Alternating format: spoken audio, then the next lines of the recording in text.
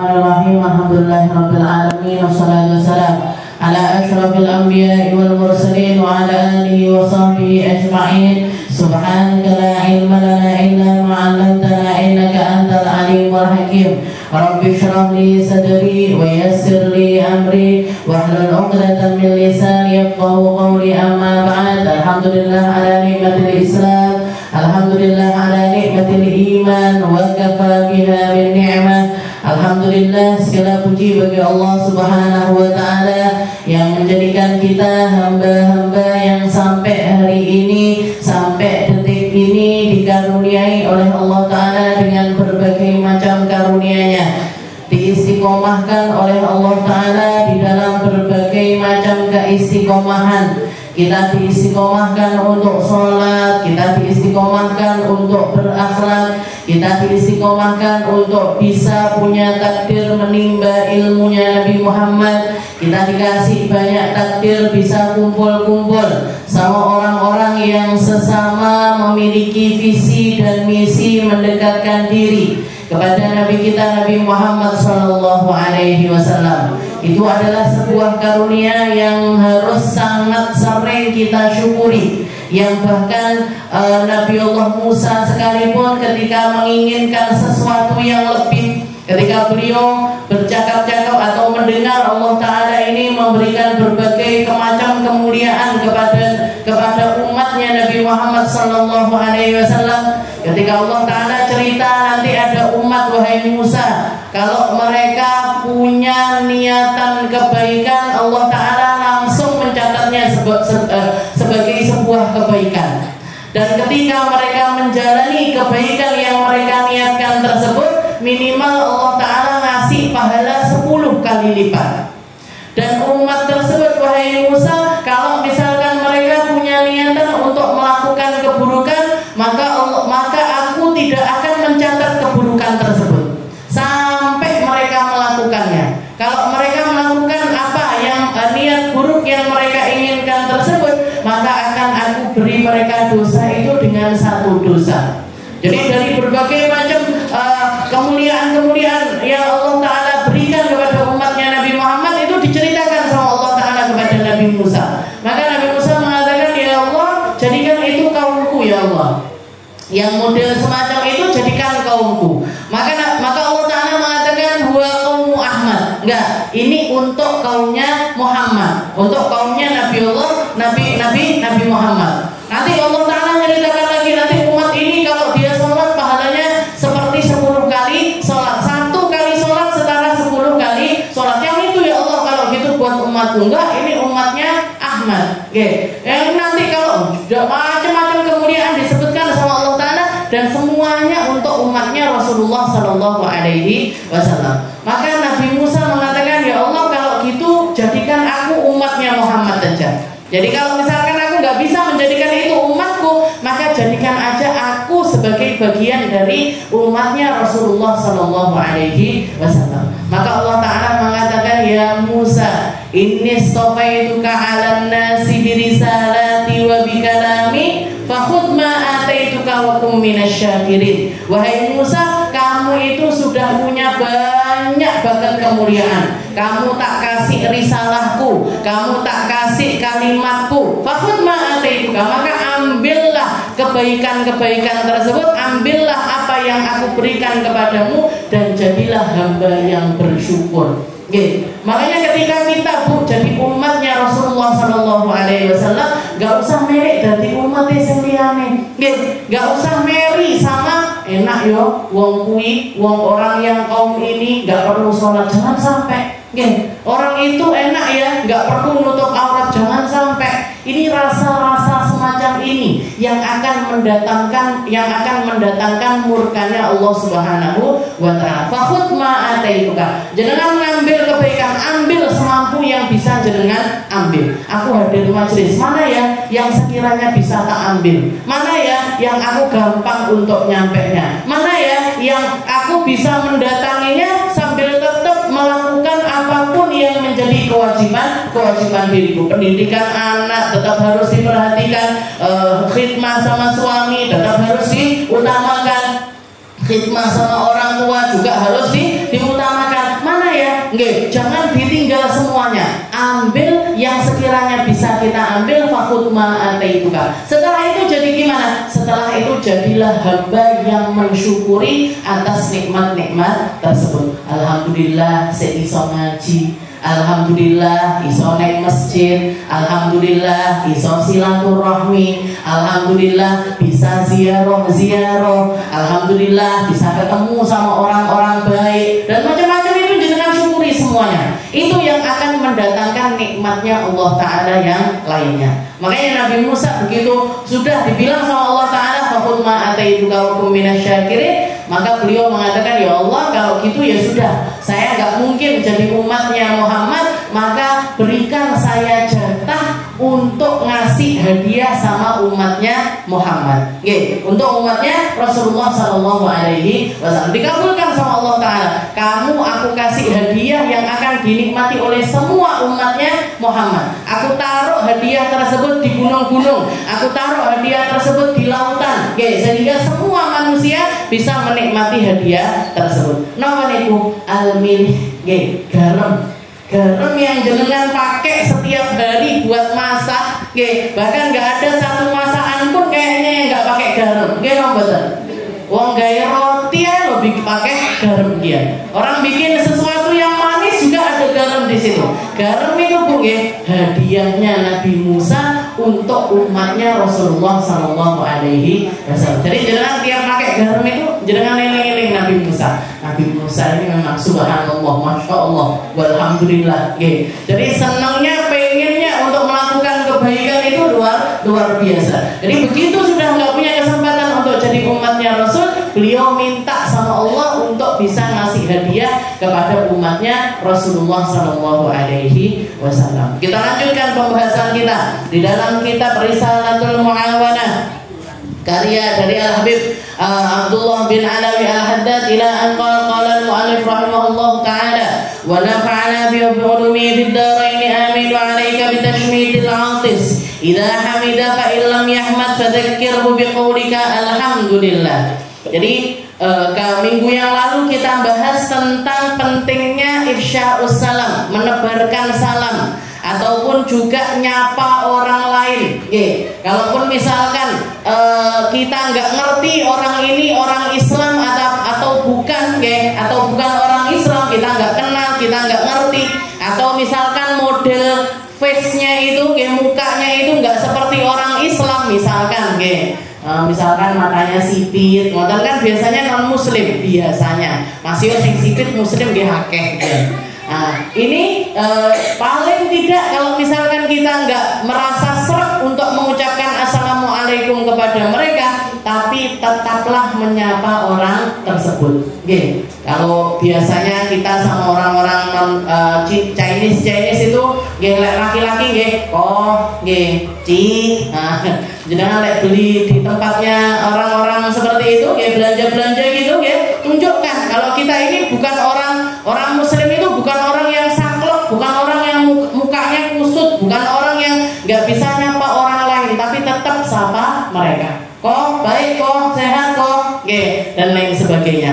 Jadi sekiranya kita itu tetap meninggalkan kesan baik kepada orang tersebut. Ifsya'us salam. Jadi nebarkan salam. Itu kalau bahkan Rasulullah mengatakan lan tadkhulul jannah hatta tu'minu wa lan tu'minu hatta tahabbu. Afala adullukum ala syai'in idza fa'altum tahabbtum. Katanya Nabi Muhammad, kamu itu enggak akan bisa masuk surga sampai kamu itu saling mencinta. Dan kalian tidak akan bisa saling mencinta, kalian itu enggak akan bisa saling mencinta kecuali dengan melakukan sesuatu. Afala adullukum ala syai'in idza fa'altum tahabbtum. Apa kamu mau tak kasih satu amalan, kalau kamu mengamalkannya kamu akan dicinta sama orang-orang. Apa itu ya Rasul? Afsyus salam bainakum. Tebarkan salam di antara kalian. Sing gampang nyopo orang. Jangan gampang-gampang acuh tak acuh sama orang. Yang nggak kenal aja kita sapa, apalagi yang kenal. Sing kenal tambah kudu disopo. tapi wong kuwi tasnya laku aku bene Bu, itu urusannya dia. Nggih, mau dia menghina kita kah, mau dia ngelokne kita kah, mau dia mencaci maki kita di belakang yang kita nggak ngerti, nggih terserah. Nggih, tapi kemarin baru tukaran saja, masa sudah sapa-sapaan. Semakin cepet saling sapa semakin baik. Nggih, bahkan jatah untuk nggak saling sapa ini sama Rasulullah cuma dikasih kurun waktu maksimal 3 hari. Nggih, lebih dari 3 hari Bu percuma. Jangan mau jungkir balik, sholat, puasa, sedekah, kalau nggak baik sama orang-orang sekitar kita itu percuma.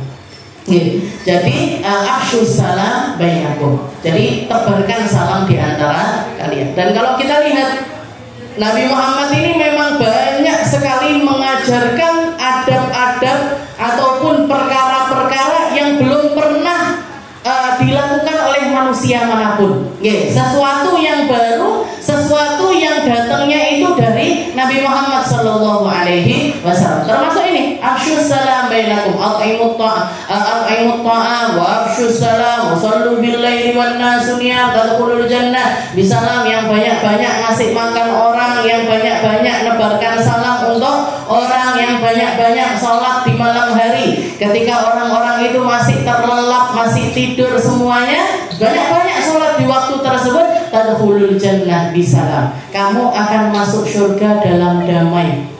Kamu akan masuk ke dalam surga itu dengan cara yang paling mudah, dengan cara yang paling nikmat. Orang kalau ini jadi amalan dari orang tersebut, insyaallah nebarkan salam, ngasih makan orang, ngasih makan orang ini kan amaliyah yang ringan sekali. Ngasih makan orang ini sesuatu yang sangat ringan sekali. Setelah itu, dan ngasih makan orang itu nggak harus banyak orang Bu. Siapa aja yang kita kasih makan, orang-orang yang bisa, yang keranggeh lah istilahnya di sekitaran kita. Intinya itu jangan sampai ada orang di sekitaran kita itu merasakan lapar padahal kita itu kenyang. Padahal kita itu dalam keadaan kenyang. Setelah itu untuk hubungan pribadimu dengan Allah Ta'ala, bangun malam. Bangun malam, luangkan waktu untuk bangun di malam hari, biar kita ini punya momen berduaan dengan Allah Subhanahu wa Ta'ala. Tadkhulul jannah bisalam. Kamu akan masuk ke dalam surganya Allah Ta'ala dengan damai. Salamun qaulan min rabbir rahim. Nanti orang ketika masuk surga itu yang nyapa duluan Allah. Yang nyapa duluan itu Allah Subhanahu wa Ta'ala. Makanya kita ketika mengucapkan salam itu Bu, kita ikatkan salam kita ini untuk memperlancar lisan kita, untuk memudahkan diri kita, untuk memudahkan roh kita nanti untuk mendapatkan salam dari Allah Subhanahu wa Ta'ala. Jadi orang masuk surga itu yang pertama mengucapkan salam Allah. Salamun qaulan min rabbir rahim. Salam, ucapan yang datang dari Tuhan yang Maha Rahim, yang Maha Penyayang. Setelah kita bahas tentang isya'us salam, tentang menebarkan salam, setelah itu Habib Abdullah mengatakan wa 'alaika bitashmitil 'atis idza hamid. Dan hendaknya kamu membalas ucapan seseorang yang bersin. Ucapannya orang yang bersin wahing, basa Jawane wahing. Lek enek wong wahing jangan diabaikan. Kalau ada orang bersin jangan diabaikan. Idza hamid, kita balas ucapan atau bersinnya dia itu. Kalau dia mengucapkan alhamdulillah, maka kita ucapkan yarhamukallah. Kalau laki yarhamukallah, kalau perempuan yarhamukillah. Kalau yang bersin bareng-bareng ngakeh, misalkan keselak Lombok kabeh bareng-bareng, wah jeng bareng-bareng, terus alhamdulillah, semuanya ucap alhamdulillah, maka kita jawab yarhamukumullah. Enggak usah siji, yarhamukillah, enggak usah Bu, langsung aja semuanya yarhamukumullah. Semoga Allah Ta'ala merahmati kalian semua. Nah, kalau dibalas kan biasanya sama yang mengucap alhamdulillah, yahdikumullah wa yusri balakum. Semoga Allah Ta'ala ngasih hidayah kepada kamu dan juga memperbaiki hatimu.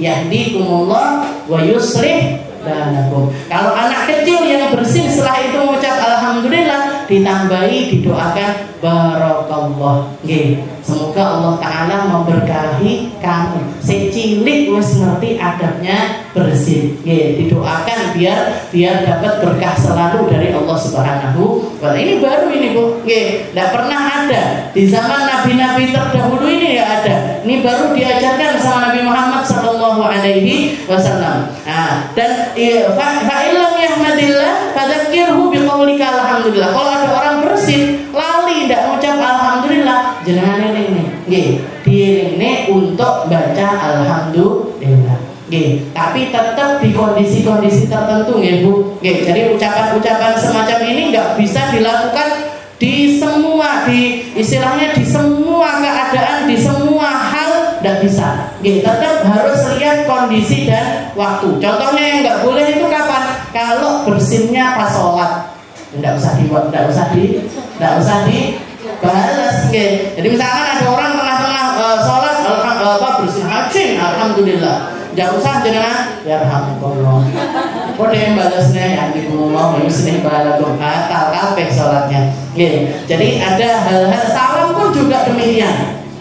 Salam ini nggih, salam ini kalau misalkan kan adabnya orang yang berdiri mengucapkan salam kepada yang duduk, yang sendirian mengucap sama yang jamaahan. Tapi kalau lagi di majelis semacam ini, nggih, kalau kita lagi duduk majelisan atau dikiran atau sedang membahas sesuatu, nggih, jangan pecah konsentrasi majelis itu dengan salamnya kita. Ada yang datang terlambat, assalamualaikum.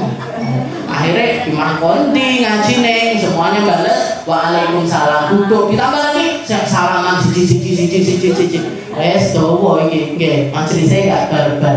Jadi kita harus tahu kondisinya kapan mengucapkan salam. Nggih, kalau dirasa oh nanti saya kalau mengucapkan salam ini ganggu konsentrasi yang ada di majelis ini, enggak usah mengucapkan salam, langsung aja masuk duduk di tempat yang kosong, setelah itu ikut mendengarkan, ikut memperhatikan. Nggih, ikut memperhatikan. Kalau hamdalah ini nggih, kalau misalkan bersin ini, kalau misalkan istilahnya enggak dirasa tidak terlalu mengganggu majelis, enggak apa-apa.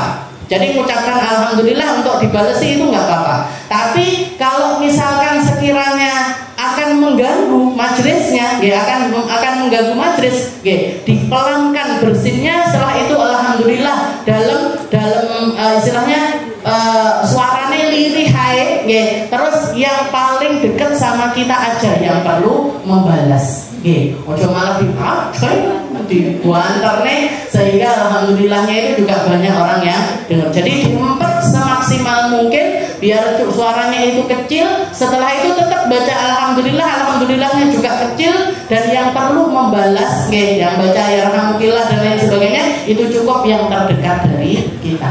Nggih, yang terdekat dari kita. Biqaulika alhamdulillah.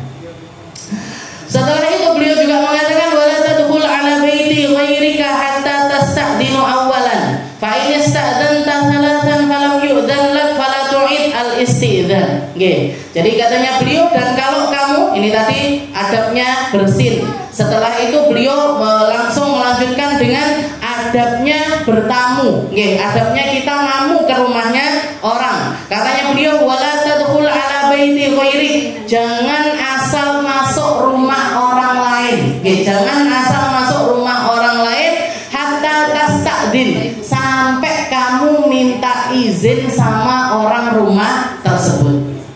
Fa in ista'dzanta thalathan, kalau kamu sudah minta izin 3 kali, ketok pintu, nggih, tok tok tok enggak dibukain. Tok tok tok enggak dibukain. Tok tok tok enggak dibukain, nggih, 3 kali kita minta izin untuk bertamu, enggak diizinkan, fala tu'id al-istiqdar, enggak usah gedor-gedor lagi. Enggak usah dodok-dodok neh, Bu. Ting-tong sekali enggak dibukakan, ting-tong 2 kali enggak dibukakan, ting-tong 3 kali pulang. Nggih, jangan ting-tang. Ini nanti ini berarti apa? Enggak ada izin dari tuan rumah. Dan ini menurut saya termasuk juga kalau kita itu punya hajat nelpon orang. Nggih, nelpon orang lain, nggih, bertamu ini bukan istilahnya bisa secara hukum asalnya adalah tentang kita bertamu secara personal ke rumahnya orang. Tapi bisa juga di dalam telepon. Jangan kalau misalkan telepon orang, ditelepon sekali nggak diangkat, telepon 2 kali nggak diangkat, telepon 3 kali diam dulu. Istilahnya nggak usah telepon lagi. Nah, setelah itu nanti misalkan kita bisa ngirim pesan, mohon maaf saya punya perlu, mungkin bisa telepon sebentar, nggak lama, mungkin cuma 5 menit atau 10 menit. Nah, jadi kita ungkapkan dulu, biar dia ini tahu apa yang kita inginkan. Jangan nelfon terus sampai miss call 70 kali misalnya, miss call 70 kali dari Bu ini. Nah, ini kan kayak teror jadinya, kayak kita diteror sama orang ini tadi. Ini yang namanya isti'dzan. Ayatnya itu Allah Ta'ala mengatakan, ya ayyuhalladzina amanu la tadkhulu buyutan ghaira buyutikum hatta tasta'nisu wa tusallimu ala ahliha. Katanya Allah Ta'ala, wahai orang-orang yang beriman, jangan kamu masuk rumah orang lain sampai orang rumah ini tasta'nisu. Tasta'nisu itu tafsirannya tasta'dinu, sampai kalian minta izin. Maksudnya padahal al-istiqnas itu artinya adalah al-unus. Al-unus itu kerelaan seseorang atau kesenangan orang ketika kita namuin, ketika kita bertamu di tempat orang tersebut. Jadi gini, gampangnya Allah Ta'ala itu mengatakan, kamu kalau mau bertamu ke rumah orang, kamu harus memastikan orang yang kamu temuin itu nyaman dengan keberadaanmu. Kalau mereka nggak nyaman dengan keberadaanmu, kamu harus tahu diri. Jadi kalau kita bertamu itu Bu, yang perlu dirasa-rasa nih, iki uangnya rela apa enggak ya, senang apa enggak ya saya temoni, nyaman apa enggak ya saya temoni. Jangan tahu-tahu datang nyelonong ke rumahnya, bermono gembletak neng omahe, ada makanan apa dimakan, ada minuman apa diminum. Nah, jangan.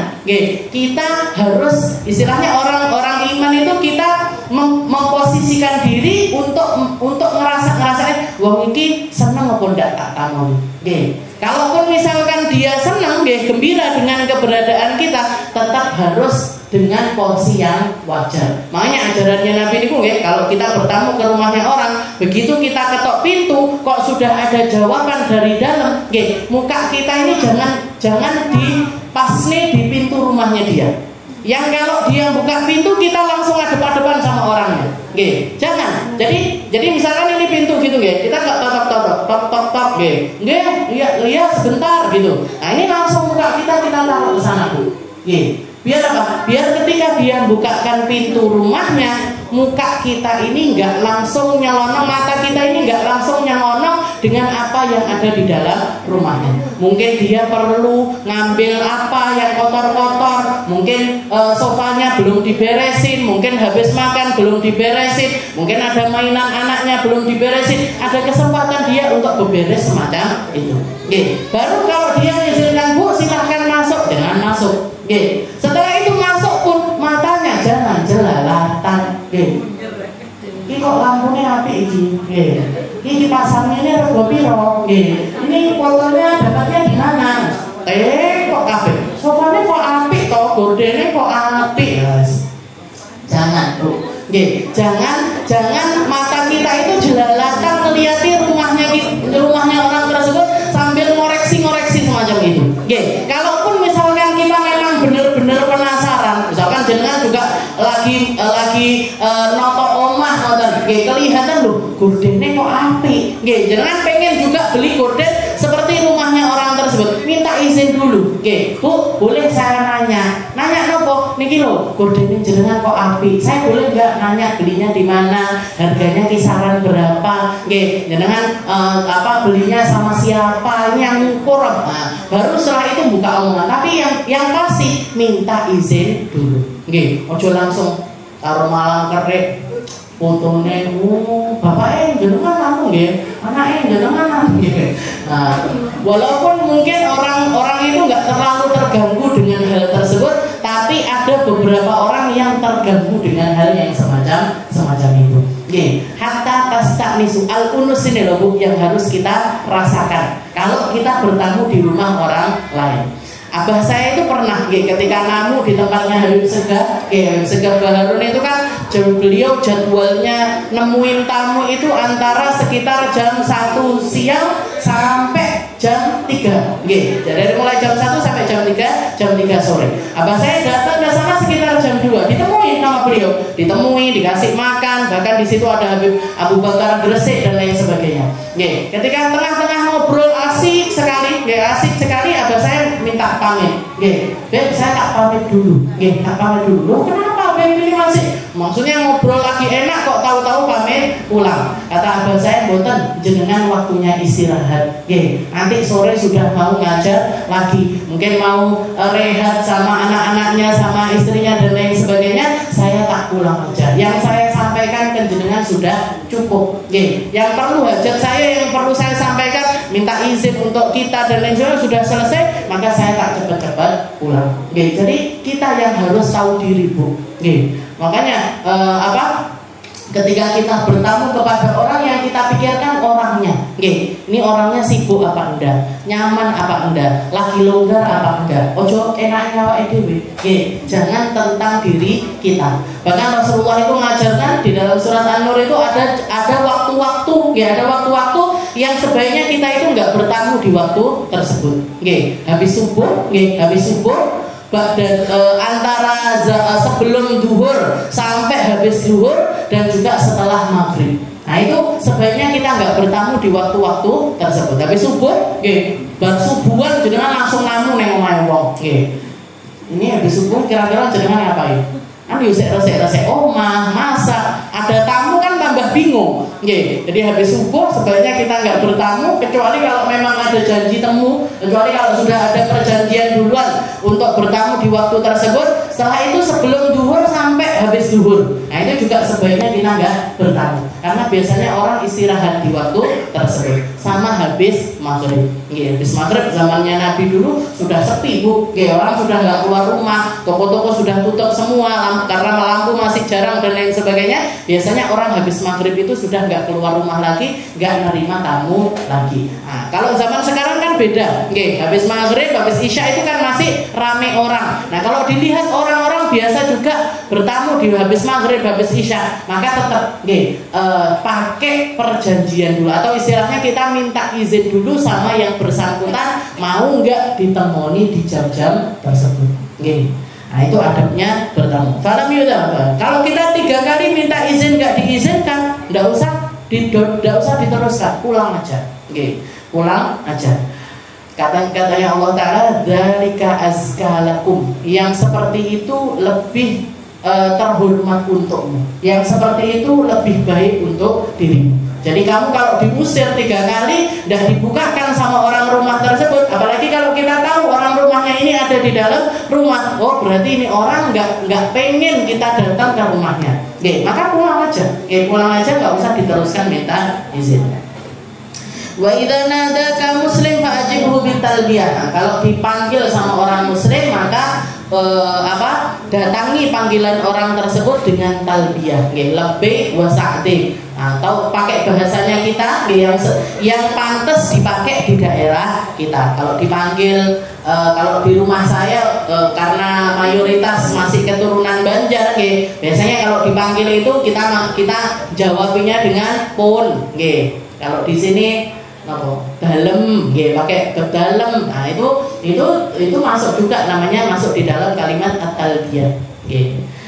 Wa idza sama'alika anta fa'ala syai'an aw tatruku fabir tismahu ma lam yakun fihi ma'siyatan lillah. Kalau kamu dipaksa orang untuk melakukan sesuatu, dan orang tersebut sampai sumpah atas nama Allah Ta'ala, maka selama orang ini tadi mintanya tidak untuk hal kemaksiatan, maka lakukan. Jadi ada orang minta tolong kita untuk misalkan bantuin kita benerin ininya kita, atau apapun itu hajatnya orang, maka sebisa mungkin untuk kita melakukan apa yang dia minta tersebut.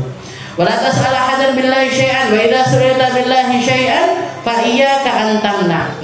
Dan jangan make namanya Allah Ta'ala untuk maksa orang lain melakukan sesuatu. Ustazah, misalkan jangan minta sama saya, Ustazah mbok ngisi di rumah saya. Wallahi Ustazah, pokoknya harus ngisi di rumah saya. Waduh, ini kan jadi istilahnya kalimat-kalimat jangan mengikut sertakan padahal kita yang pengen istilahnya maksa uang memaksa orang lain untuk melakukan sesuatu padahal sudah kelihatan kalau responnya ini nggak enak dan lain sebagainya. Ini jangan dipaksa orang lain apalagi sampai pakai namanya Allah, sampai numpahi pakai kalimat-kalimat Allah. Ini jangan sampai kita melakukan hal yang semacam itu. Dan kalau kita diperlakukan orang dengan cara semacam itu, maka selagi bisa kita lakukan, kita lakukan. Selagi kita bisa lakukan, kita lakukan. Tapi kalau memang benar-benar nggak bisa kita lakukan, nggak apa-apa kita menolak permintaan dari orang tersebut. Istilahnya nggak dosa. Qala Rasulullah SAW mal'un man su'ila billah falam yu'ta. Terlaknat orang yang diminta dengan nama Allah Ta'ala dan dia tidak mengasih orang tersebut. Tidak ngasih kepada orang tersebut. Jadi kalau kita masih bisa ngasih, dikasih. Kalau misalkan kita memang benar-benar nggak bisa, maka kita istilahnya kita menolak dari apa yang diminta sama orang tersebut, itu juga nggak sampai menjadikan kita berdosa. Wa 'alaika bi'iyadatil mardha. Setelah itu juga ajarannya Nabi, hendaknya kita ini jadi orang yang gampang untuk ngendangi orang sakit. Ngendangi orang sakit, merhatikan orang, terutama yang sakit-sakit ini kita perhatikan. Bi'iyadatil mardha. Hendaknya kita mengunjungi orang sakit. Wa tasyi'ul janaiz. Kalau ada orang meninggal juga kita hendaknya takziah. Bi ziyarati ikhwanikal muslimin fillah kullam mashtaqta ilaihim. Jadi juga dengan menziarahi para saudara-saudara muslimmu yang kamu punya kedekatan khusus dengan orang-orang tersebut, kullam mashtaqta ilaihim. Ketika datang rasa kangenmu, datangi orang tersebut. Jadi kalau kita punya rasa kok kangen yo karo koncoku yang sekarang tinggalnya di sana, aku kok pengen ya ketemu sama temanku yang ada di sana. Parani Bu, parani. Itu pahalanya sangat besar sekali. Pahalanya sangat besar sekali. Jadi rasa kangen yang datang tanpa kita itu punya hajat apapun sama orang tersebut. Yo ndak arep ngutang, yo nggak mau ngundang, ya nggak butuh apapun sama orang tersebut. Jangan cuma ngundangnya itu pas aku harus mantu tak ngundang konco-koncoku, aku pas punya hajat ini mau pindah rumah tak ngundang-undang orang. Jangan cuma tentang hal tersebut, tapi ketika kita nggak punya rasa apapun, nggak punya beban apapun dengan orang-orang, jadi murni cinta kita sama orang-orang tersebut karena Allah Ta'ala, kangen parani orang-orang tersebut, teman-teman kita yang semacam itu. Jadi iyadatul marid itu kemuliaannya luar biasa, ngendangi orang sakit. Di dalam hadis qudsi itu Allah Ta'ala mengatakan ya ibadi maridtu falam ta'udni. Katanya Allah Ta'ala, wahai hambaku, saya ini sakit kok nggak disambangi. Saya ini sakit kok nggak disambangi. Fayaqulul 'abd, maka hamba-hamba itu mengatakan, ya Rabb, anta rabbuna, anta rabbul alamin, kaifa a'udhu. Ya Allah, Allah Ta'ala ini kan Tuhan semesta alam. Gimana caranya kita ini untuk jenguk besok Allah Subhanahu wa Ta'ala? Maka Allah Ta'ala mengatakan, bukankah hambaku fulan lagi sakit? Bukankah hambaku fulan lagi sakit? Bukankah hambaku fulan lagi sakit? Kalau kamu mengunjungi orang-orang sakit tersebut, fatajiduni indahu, kamu akan menemukan aku ada di sisi mereka. Jadi caranya nyambangin Allah Ta'ala, kalau ada hamba-hamba yang sakit, jangan endami. Tetangga sakit, teman sakit, teman kerja sakit, ataupun temennya suami sakit, yang perempuan tapi Bu, kalaupun misalkan ada orang laki yang sakit, kita mau jenguk mereka, maka pastikan juga kita bawa orang lain. Misalkan jenengan mau jenguk temennya suami laki-laki sakit, yo karo bojone jenengan, ojo jenengan dhewe. Nggih, jangan jenengan sendiri jenguk orang sakit tersebut. Itu kalau perempuan, nggih, perempuan sama laki-laki itu harusnya seperti itu. Walaupun kalau Rasulullah Shallallahu alaihi wasallam itu jenguk dari para sahabat itu dari semua kalangan. Anak kecil yang dijenguk sama Nabi, kayak yang sahabat yang tinggalnya di daerah Kuba itu, namanya Tolhah bin Barrah. Tolhah ini anak kecil, masih ada sanak saudara dengan orang-orang Yahudi. Ketika dia itu sakit-sakitan terus, sering Rasulullah itu jenguk si Tolhah ini tadi.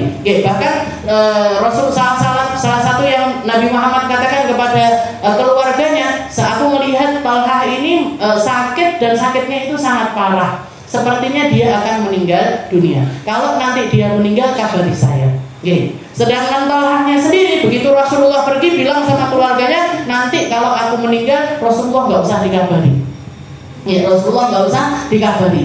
Ini akhafu alaihi al-yahud. Saya takut kena apa-apa kepada Rasulullah karena lingkungannya kita ini lingkungannya orang Yahudi. Karena di sekitaran sini banyak orang-orang Yahudi. Takutnya Nabi Muhammad diserang, takutnya Nabi Muhammad diapakan, takut Tolhah ini tadi.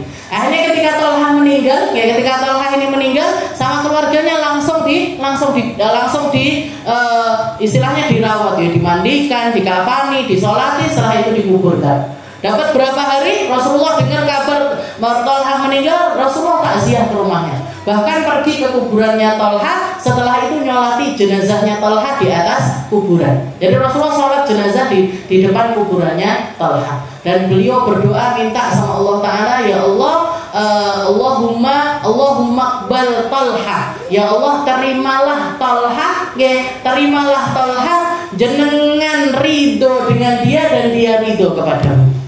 Didoakan sama Nabi Muhammad dengan kalimat yang semacam itu. Jadi Rasulullah itu jenguk anak kecil dijenguk sama Nabi, orang tua dijenguk sama Nabi, bahkan perempuan pun juga dijenguk sama Nabi. Tapi tetap ada batasnya. Salah satu yang juga diriwayatkan oleh para ulama, Rasulullah itu jenguk seorang perempuan, kalau nggak salah namanya As-Sa'ib. Jadi perempuan ini kena demam yang sakit demam itu parah sekali. Dan orang itu ketika sakit kadang-kadang yang keluar dari lisannya ini kan macam-macam, Bu. Ada yang ridho, ada yang milih pikiran, ada yang milih sholawatan, ada yang milih mencaci maki sakitnya. Ada yang milih karena nggak ridho, nggak sabar dengan rasa sakitnya, maka dia itu ngeluh dengan rasa sakit tersebut. Aku kok malah ngeluh kayak gini ya, aku kok jadi kayak gini ya, makan kok jadi sulit, berdiri sulit. Kan banyak orang sakit itu seperti itu. Dan itu sebenarnya kalau dilihat secara manusiawi, kita biasanya jalan gampang jadi sulit, itu mesti ngeluh. Kita biasanya badan sehat mau ngapa-ngapain enak, jadi sulit, jadi nggak enak. Bahkan orang-orang yang sudah sepuh-sepuh itu kan juga sering, aku mbiyen mangan opo ae iso, saiki nggak iso. Aku mbiyen mangan daging seneng, saiki untune ndak iso. Protol kabeh nggak iso mangan daging. Kan seperti itu kan keluhan-keluhan yang manusiawi.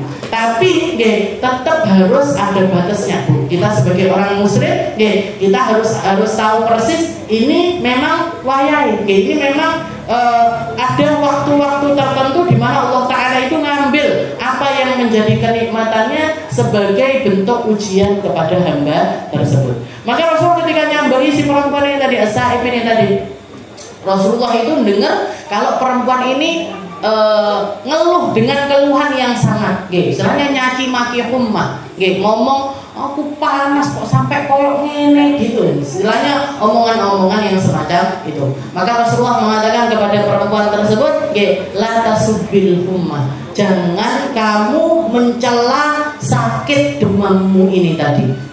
Karena kalau kamu tahu apa yang dilakukan oleh demam tersebut, maka kamu nggak akan nyela dia.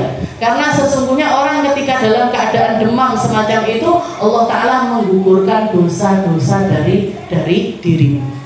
Makanya biasanya kalau kita jenguk orang, usahakan yang keluar dari kita itu tahur insyaallah. Semoga ini jadi penyuci dosanya kita, pembersih dosanya kita, kafarat untuk dosa kita. Kita lagi diampuni, minta sama Allah Ta'ala yang banyak, doa sama Allah Ta'ala yang banyak. Sayyidina Umar itu, Rasulullah mengatakan kepada Sayyidina Umar, wahai Umar, kalau kamu ngendangi orang sakit, minta doa dari orang yang sakit tersebut. Fadu'a'uhu kadu'a'il malaika, karena doanya dia kayak doanya malaikat. Nggih, wong loro iki mustajab doanya. Orang sakit itu kalau doa diijabah sama Allah Ta'ala. Suruh doa yang banyak, minta yang banyak sama Allah Ta'ala, karena ketika itu doanya dia seperti doanya malaikat. Kayak doanya, itu perkataannya Nabi kepada Sayyidina Umar. Makanya Rasulullah itu kalau dilihat, beliau itu ngasih jalan-jalan kebaikan itu dengan naruh athiqah al-aliyah ilallah, kepercayaan yang kuat kepada Allah Subhanahu, imannya yang ditanamkan, rasa nikmatnya menjadi hamba Allah Ta'ala yang dimasukkan. Karena sebenarnya nggak ada bedanya di sisi Allah Ta'ala antara ketika kita sehat dengan kita sakit. Ketika kita sehat, kita bisa beramal lewat syukur kita atas kesehatan tersebut. Ketika kita sakit, kita bisa beramal kepada Allah Ta'ala lewat sabar dari sakit tersebut. Aslinya tidak ada bedanya. Orang kaya sama orang miskin di sisi Allah Ta'ala nggak ada bedanya. Orang tinggi, orang pendek nggak ada bedanya. Orang sakit, orang sehat nggak ada bedanya. Yang membedakan ini apa? Yang membedakan responnya kita. Ketika kita merespon apapun yang datang dari Allah Ta'ala itu dengan positif, dengan kebaikan, dengan keindahan, dengan kepercayaan yang kuat kepada Allah Ta'ala, maka semuanya akan berbalik menjadi pahala. Semuanya akan menjadi penggugur dosa. Semuanya akan kembali dengan keindahan-keindahan yang luar biasa dari Allah Subhanahu wa Ta'ala. Itu yang saya didukne sama Nabi Muhammad. Itu yang Rasulullah itu taruh di dalam keyakinannya para sahabat-sahabat beliau. Setelah itu beliau mengatakan, Habib Abdullah mengatakan bimusafahatihim indal liqa. Nah, kalau ketemu sama saudara sesama muslim salaman. Musafahah, salaman itu juga penggugur dosa. Tapi sekali lagi, ini untuk perempuan sama perempuan atau laki-laki sama perempuan. Salah. Laki-laki sama laki-laki. Kalau sudah laki-laki sama perempuan jangan salaman, Bu. Jangan salaman.